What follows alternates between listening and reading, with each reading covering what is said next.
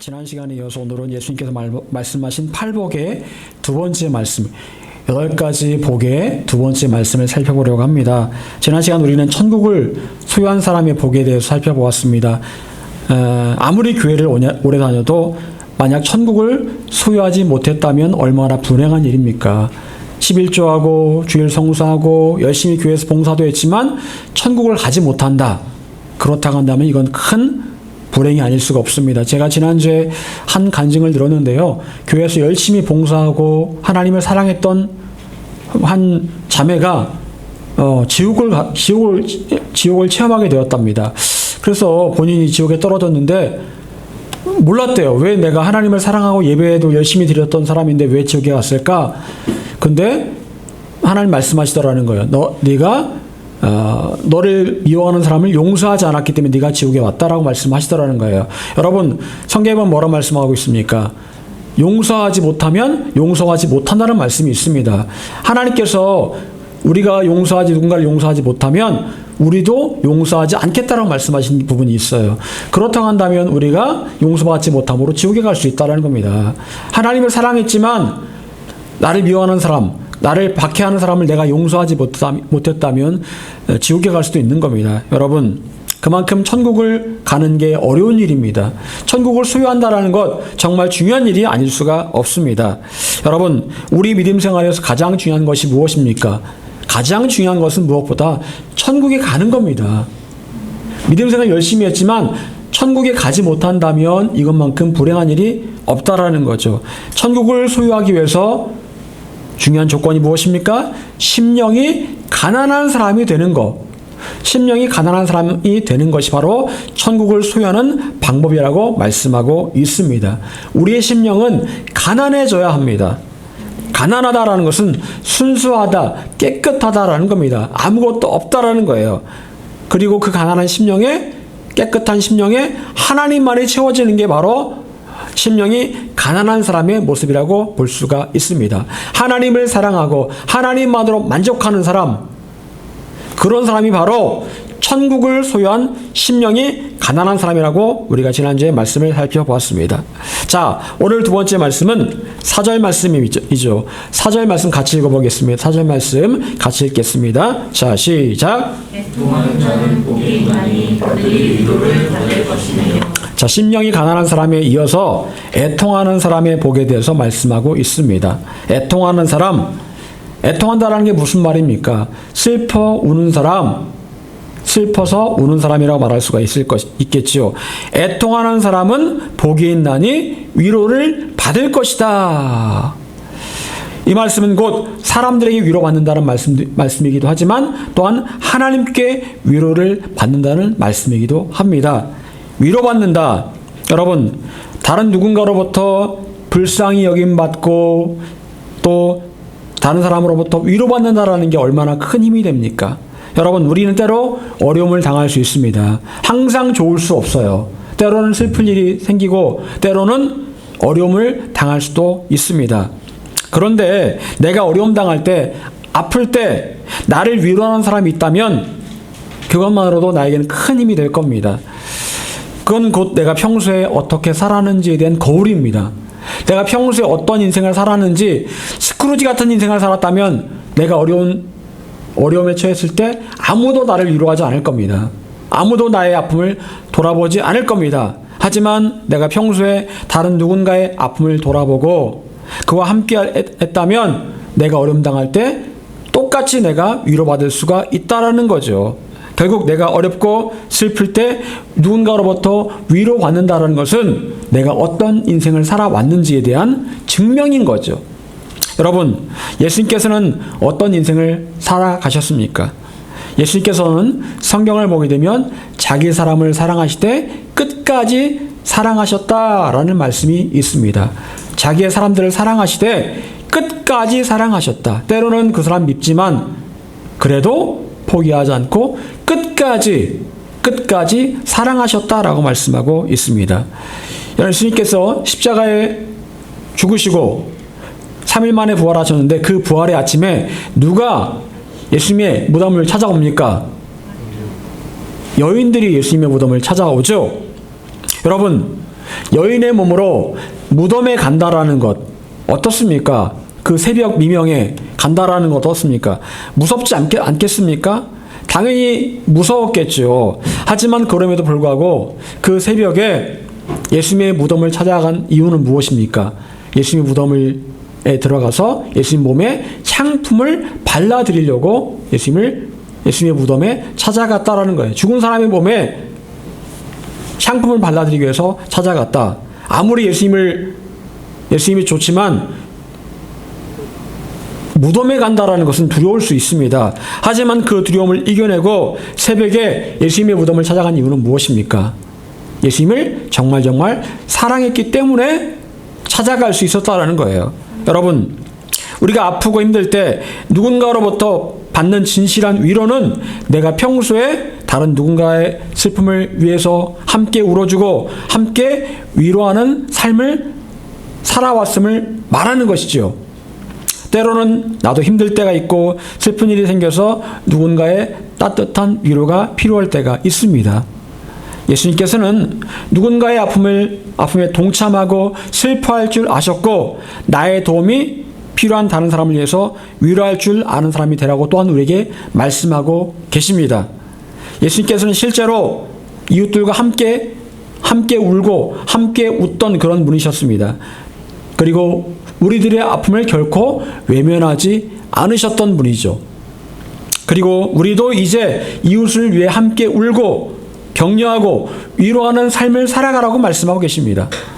여러분, 자, 그렇다면 애통하는 사람이 된다라는 것의 보다 깊은 의미는 무엇일까요?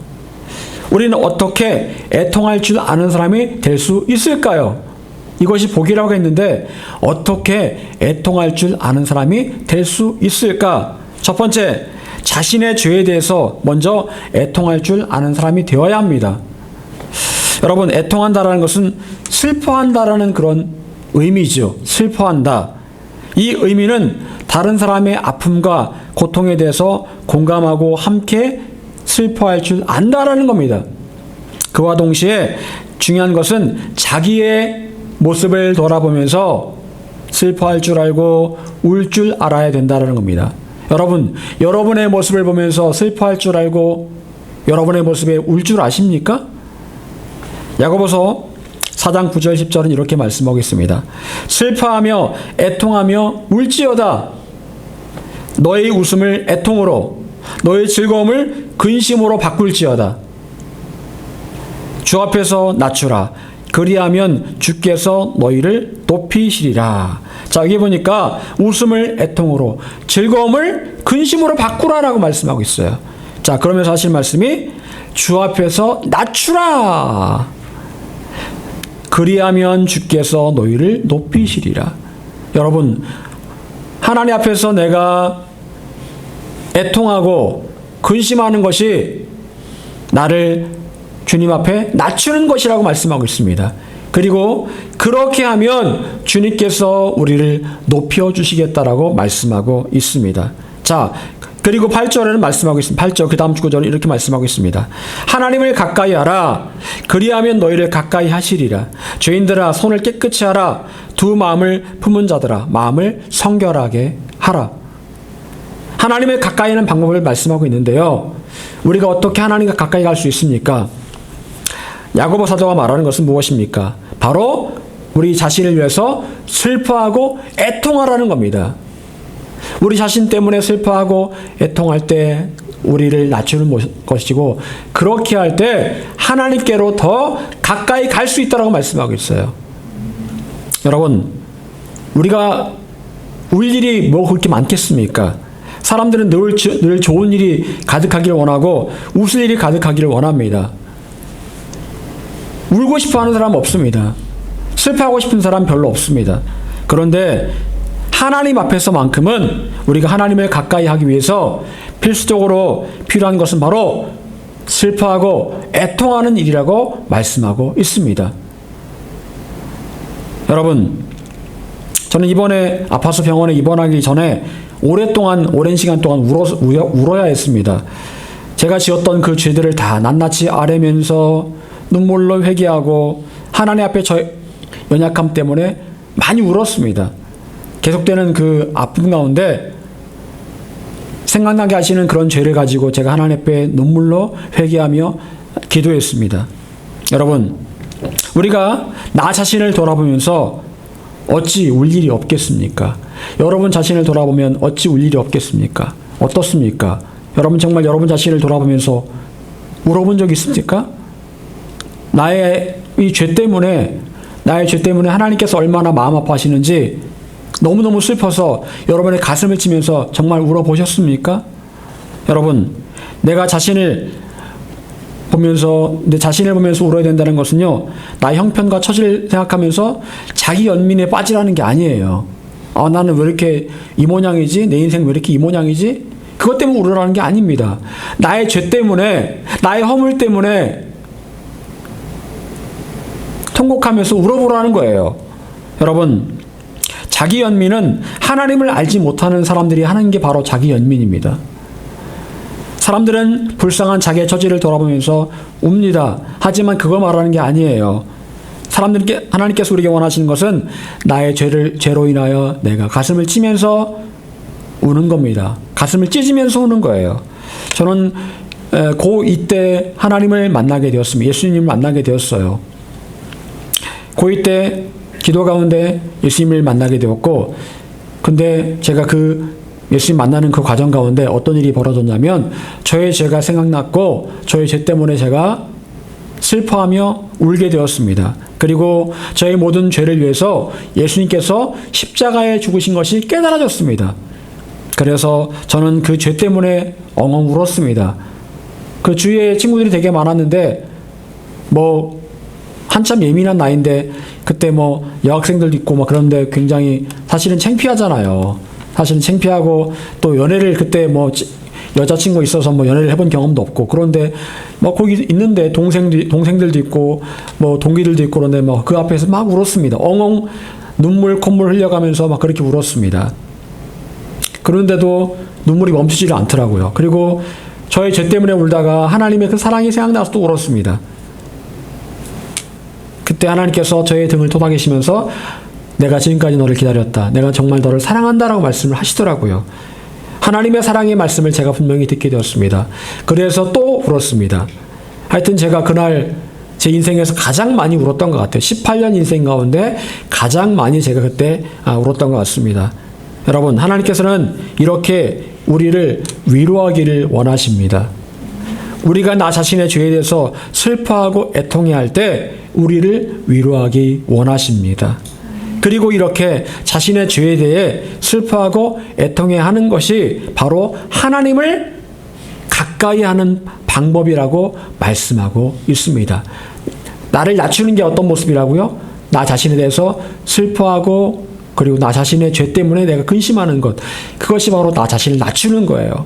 그렇게 할 때 하나님께서 우리를 높여주시고 또 하나님께서 우리를 가까이 하신다라고 말씀하십니다. 하나님께 가까이 나가는 방법, 나 자신을 위해서 나 자신의 죄 때문에 애통하고 슬퍼하고 근심하는 겁니다. 여러분, 지금은 자신을 돌아보면서 진심으로 슬퍼하고 애통하는 사람이 별로 없는 그런 시대입니다. 나의 죄 때문에 울면서 애통해하는 사람이 그렇게 많지 않습니다.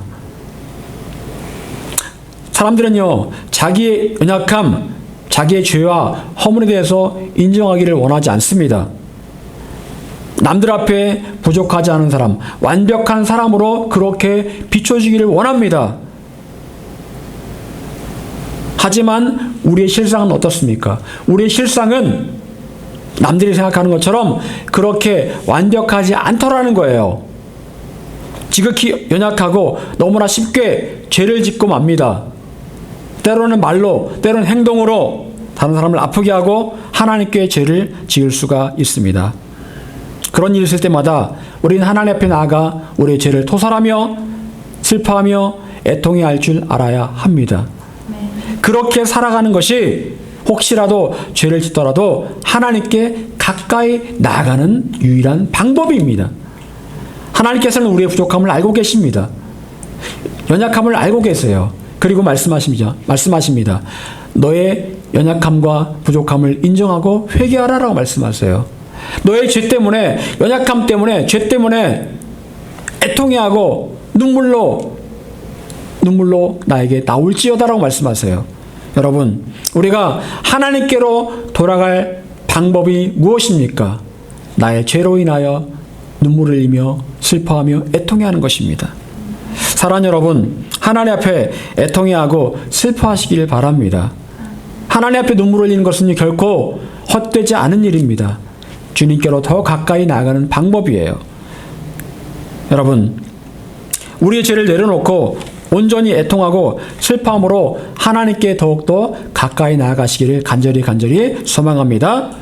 두 번째로, 이 세대와 자녀를 위해 우는 사람이 되어야 합니다. 이 세대와 자녀를 위해 우는 사람이 되어야 합니다. 누가복음 23장 28절 29절은 이렇게 말씀하겠습니다. 예수께서 돌이켜 그들을 향하여 이르시되 예루살렘의 딸들아 나를 위하여 울지 말고 너희와 너희 자녀를 위하여 울라. 보라, 날이 이르면 사람이 말하기를 잉태하지 못하는 이와 해산하지 못한 배와 먹이지 못한 젖이 복이 있다 하리라. 예수님께서 십자가를 지고 가실 때 예수님이 너무나 안쓰럽고 불쌍해서 예수님을 위해서 울던 여인들에게 예수님께서 하신 말씀이죠. 예루살렘의 딸들아 나를 위하여 울지 말고 너희와 너희 자녀를 위하여 울라라고 말씀하세요. 여러분, 그리고 이어서 하시는 말씀이 이 말씀입니다. 보라, 그날이 이르면 사람이 말하기를 잉태하지 못하는 이와 해산하지 못한 배와 먹이지 못한 젖이 복이 있도다. 자, 앞으로 그날이 올 텐데 그날이 되면 차라리 임신하지 못한 사람, 그리고 아직 해산하지 못한, 아직 뱃속에 아기가 있는 사람, 그런 사람이 차라리 복이 있다라는 거예요. 왜요? 왜 그렇습니까? 아직 임신하지 못했거나 뱃속에 아기가 아직 있는 사람이 왜 복이 있을까요? 도망을 가야 되는데, 환난의 때가 오는데 차라리 뱃속에 아기가 있으면 엄마가 가면 그냥 가는 거잖아요. 그런데 아이를 낳습니다. 그 아이가 막 웁니다. 데려가야 돼요. 얼마나 힘들겠습니까? 그거보다는 차라리 아이가 뱃속에 있는 게 낫다라는 거예요. 차라리 임신하지 못한 게 낫다라는 겁니다. 그 환난의 때가 앞으로 오게 될 텐데 그 환난의 때를 위해서 어떻게 준비하라고요? 너와 너희의 자녀를 위해서 눈물로 기도해라는 말씀이에요. 그때가 오기 전에 미리 너와 너의 자녀를 위해서 눈물로 기도해라. 여러분, 환난의 때가 오고 있습니다. 환난의 때가 오고 있어요. 구체적으로 언제다라고 그렇게 말씀드릴 수는 없겠지만 분명한 사실은 환난의 때가 가까이 오고 있다라는 겁니다. 여러분, 그리고 그 환난의 때를 대비할 방법은 바로 우리 자신과 우리의 자녀를 위해서 울면서 기도할 줄 알아야 된다라는 겁니다. 여러분, 지금의 세대, 우리 뒤에 올 다음 세대 모습이 어떻습니까? 많은 사람들이 말하듯이 지금은 복음이 사라지고 있는 시대입니다. 복음, 예수님에 대해서 이야기하면 믿으려고 하지 않아요. 여러분, 많은 사람들이 예전에 비해서 교회에서 떠나갔습니다. 떠나갔고, 그리고 예수 믿으려고 하지 않습니다. 사람들은 각자의 삶을 즐기기를 원합니다. 내 마음대로 살고 싶어 하지 누가 하나님 말씀대로 살고 싶어 합니까? 그런 사람들이 별로 없습니다. 교회를 다니더라도 적당히 믿음 생활 하려고 합니다. 세상에 한 발, 교회 한 발 담가놓고 그래도 충분히 천국에 들어갈 수 있다라고 안일하게 생각하고 있는 게 지금의 시대입니다. 교회 집사라고 하면서 술 한잔 마시는 거에 대해서 죄책감 갖는 사람은 별로 없습니다. 남들 다 마시는데 주일 빼고 놀러 가는 거에 대해서 아무런 양심의 거리낌이 없습니다. 하나님께 드리는 것에 대해서 얼마나 인색한지, 내가 쓰고 싶은 건 많이 쓰지만 하나님께 드리는 것에 대해서는 굉장히 인색합니다. 여러분, 그런데 이 땅에서 내가 쌓는 것들이 결코 이 땅에서 그냥 머물러 있는 것이 아닙니다. 나중에 가서 보십시오. 천국에 가서 보십시오. 분명히 내가 쌓은 것에 수십 배가, 수백 배가 아마 쌓여 있을 것입니다. 여러분, 그저 종교란에 기독교라고 적을 정도의 그런 믿음 생활을 하면 된다고 생각합니다. 그래서 적당히 교회 생활을 합니다. 그리고 열심히 기도하는 사람 보면 광신자 아니야? 라고 생각하면서 색안경을 끼고 바라보기도 합니다. 여러분, 그런데 또한 예수님께 말씀하신 우리의 다음 세대는 어떨까요? 솔직히 미래가 없습니다. 그들의 미래 가운데 복음이 없어요. 교회마다 청년부가 텅텅 비고 있답니다. 옛날에는 뭐 이렇게 선교단체도 굉장히 융성했는데 요즘은 선교단체가 굉장히 쇠락했어요. 그래서 요즘은 선교단체에서 나오는 어떤 새로운 앨범도 없고요. 어떤 특별한 어떤 그런 무슨 뭐 옛날에는 이렇게 뭐 해운대에서 모여서 뭐 부산 성시화 뭐 운동 이런 것도 했는데 그런 것도 요즘은 없습니다. 옛날에는 부산 그 사직구장에서 모여서 뭐 이렇게 뭐 전도대회 같은 거 했거든요. 근데 요즘 그런 것도 없습니다. 예, 그만큼 복음이 점점점 이 땅에서 사라져가고 있다라는 거예요. 사람들이 복음에 대해서 별 관심이 없다라는 겁니다. 여러분, 옛날에는 교회 수련회를 한다고 하면은 기도원에 가가지고 정말 3박 4일 동안 열심히 기도를 했습니다. 그래서 수련회 가운데 하나님 만난 일들이 일어났는데 요즘 어떻습니까? 수련회 자체 수련회 하는 데가 있습니까? 없습니다. 기도원 다 망해가고 있어요. 심지어는 우리나라 제일 크다는 여의도 순복음교회 그 오살 기도원도 기도하는 사람이 별로 없대요. 예, 코로나 이후로 진짜 기도하는 사람이 별로 없답니다. 그래서 기도원 운영이 어려울 정도로 굉장히 그렇게 힘들다고 합니다. 여러분, 이제는요, 연합집회를 이제 어떤 단체에서 기획한 연합집회가 아니면 수련회를 가려고 하질 않습니다. 거기 가서 2박 3일 정도 이렇게 애들 집어넣고 회비만 내면 알아서 하거든요. 알아서 해주거든요. 교회가 너무 편한 거예요. 큰 교회든 작은 교회든 그렇게 하려고 합니다. 그만큼 이 교회가 해야 될 일들을 하지 못하고 있다라는 거죠. 교회가 열심히 아이들을 훈련시키고 기도시키고 예배를 시켜서 하나님 만나게 해야 되는데 그 일을 하지 않으려고 합니다. 여러분, 그만큼 힘이 들기 때문에 그렇게 하고 있다라는 건데 또 다른 말로 말하면 직무유기를 하고 있다라는 거죠. 여러분, 그래서 우리는 우리의 자녀들을 위해서 애통하며 울며 기도할 수 있어야 합니다. 그들이 예수 그리스도라는 그 복음을 듣고 변화받을 수 있도록 기도할 수 있어야 되는 거죠. 인격적으로 하나님 만날 수 있도록 울면서 기도할 수 있어야 합니다. 여러분, 이번에 이태원에 터진 사건 뜻하지 않은 사고였습니다. 근데 어찌 보면 참 좀 어이가 없기도 합니다. 어이가 없기도 해요. 아마 그 전도 집회를 한다고 하면 그렇게 많이 모이겠습니까? 12만 명이라는 인원이 모이겠습니까? 그런데 아무도 주최 측이 없음에도 불구하고 놀겠다고 그 자리에 간 거예요. 여러분, 그들의 죽음이 참 안타깝지만 슬프지만 현실을 바라보면 그만큼 또 교회의 현실이 보이고 있다라는 거예요. 여러분, 우리는 하나님께서 부르신다면 언제라도 갈 수 있는 그런 사람들이에요. 언제라도 하나님께서 우리를 부르시면 오늘 밤에라도 가야 됩니다. 그 젊은 친구들이 그 젊은 나이에 그렇게 허망하게 죽을 줄 누가 알았겠습니까? 근데 그 지난주 토요일 그 저녁에 그런 일이 벌어졌습니다. 그 젊은 나이에 허망하게 그렇게 생을 마감할 수밖에 없었다라는 거예요. 여러분, 그것이 바로 어찌 보면 허망한 인생이라고 볼 수가 있습니다. 여러분, 따라서 우리에게는 더욱더 시간이 없습니다. 우리 자신을 위해서, 우리 자녀를 위해서 기도할 시간이 없습니다. 바로 지금이 우리가 우리 자신과 우리 자녀를 위해서 기도할 때인 겁니다. 그리고 그 기도는 눈물의 기도가 될 수 있어야 합니다. 하나님, 우리 자녀들을 그리고 저를 불쌍히 여기셔서 변화시켜 주시옵소서. 우리 자녀들이 하나님을 인격적으로 만날 수 있도록 도와주시옵소서. 이렇게 기도할 수 있어야 되는 거죠. 여러분, 여러분의 눈물의 기도는 결코 땅에 떨어지지 않습니다. 시편을 보게 되면 우리의 눈물의 기도를 하나님께서 병에 담으실 것입니다. 그리고 그 눈물을 기억하실 거예요. 여러분이 눈물을 흘린 만큼 여러분 자신이 또한 여러분의 자녀가 변화되게 될 것입니다. 사랑하는 여러분, 요한계시록 21장 4절을 말씀하고 있습니다. 모든 눈물을 그 눈에서 닦아주시니 다시는 사망이 없고 애통하는 것이나 곡하는 것이나 아픈 것이 다시 있지 아니하리니 처음 것들이 다 지나갔음이러라. 때가 되면 우리 눈의 눈물이 사라지고 사망이 없고 애통함이 없어지게 될 것이다. 아픈 것이 더 이상 있지 않을 것이다 라고 말씀하고 있습니다. 여러분, 우린 영원히 눈물을 흘려야 되는 것이 아닙니다. 영원히 애통하며 영원히 슬퍼해야 될 일도 없습니다.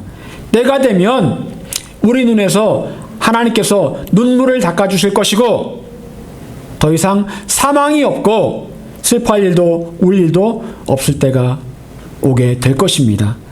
그때가 될 때까지는 우리가 눈물을 흘리며 기도할 수 있어야 되는 것이지요. 여러분, 이것이 바로 우리의 사명이고 이 땅에서 우리가 감당해야 될 중보자의 몫입니다. 여러분, 애통하는 사람이 되시기를 바랍니다. 여러분 자신을 위해서, 이 세대를 위해서 애통하며 눈물로 기도할 수 있기를 소망합니다. 세상의 즐거움에 취해서 웃는 것이 아니라 하나님의 마음으로 애통해야 할 때 그 사람이 하나님께 복받는 사람, 위로받는 사람이 될 것입니다. 바라기는 우리 모두가 애통하는 자의 복을 누리기를 간절히 축원합니다. 기도하겠습니다.